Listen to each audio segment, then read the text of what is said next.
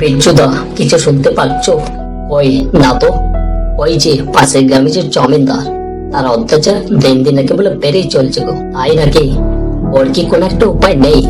উপায় তো আছে, কিন্তু যেই তার বিরুদ্ধে কথা বলতে চায় তাকে তো দমন করিয়ে দেয়।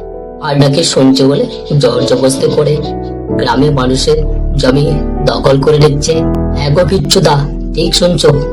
আমি কি বলছি বিচ্ছুদা, আমরা তো অনেক চুরি করেছি, আর চুরি বিদ্যা আমাদের মধ্যে রয়েছে। ভালো মন্দ দুটি গুণ আছে।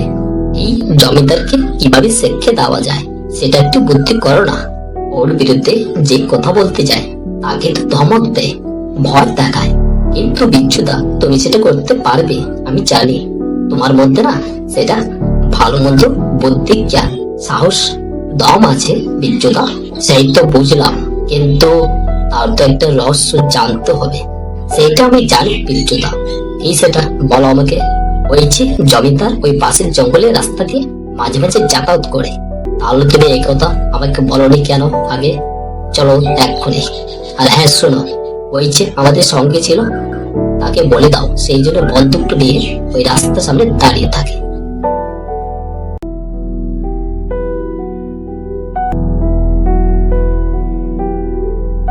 সেটজি, সেটজি, কোথায় যাচ্ছেন?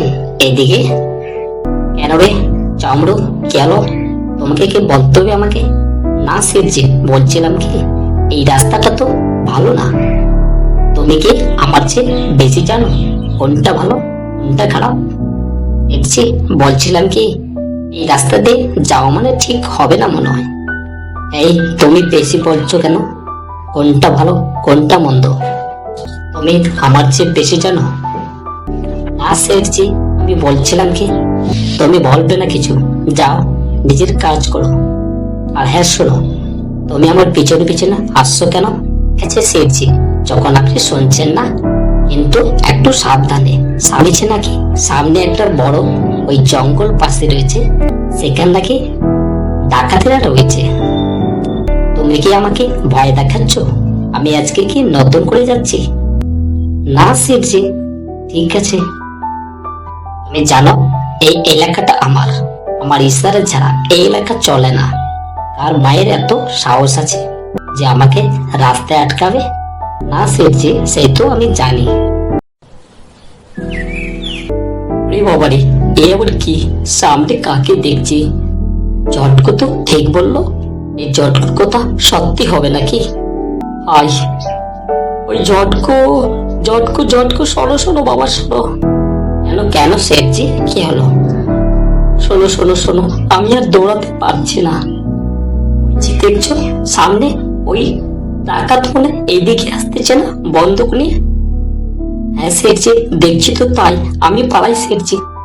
আরে ঝটকো বাবা, শোনো শোনো বাবা শোনো, আমাকে এই ডাকাতের হাত থেকে বাঁচাও বাবা, আমার প্রাণটা বাঁচাও।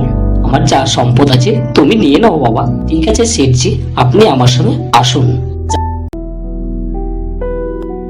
আচ্ছা বাবা, তুমি আমাকে একটা বড় বিপদ থেকে বাঁচালে। আমি আজকে বুঝতে পারলাম টাকা হলে সবকিছু হয় না, বেশি লোভ করতে গেলে ভগবান কোনো না কোনো সমস্যার দিকে ফেলে দেয়। আমি তোমাকে কথা দিচ্ছি, গ্রামের যত মানুষের জমি আমি জোর জবরদস্তি করে নিয়েছি, আমি সব ফিরিয়ে দেবো। ঝটকু বাবা, সব ফিরিয়ে দেবো। জোর নয়, বুদ্ধির মাধ্যমে যে কোনো